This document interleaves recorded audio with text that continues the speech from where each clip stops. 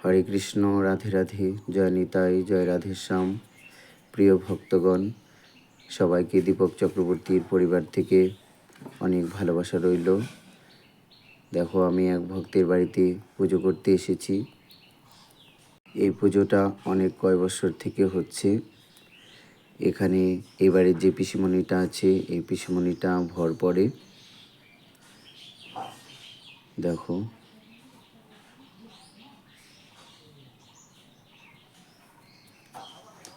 যে ভক্তের বাড়িতে পুজোটা হচ্ছে তার নাম দুলাল পাল।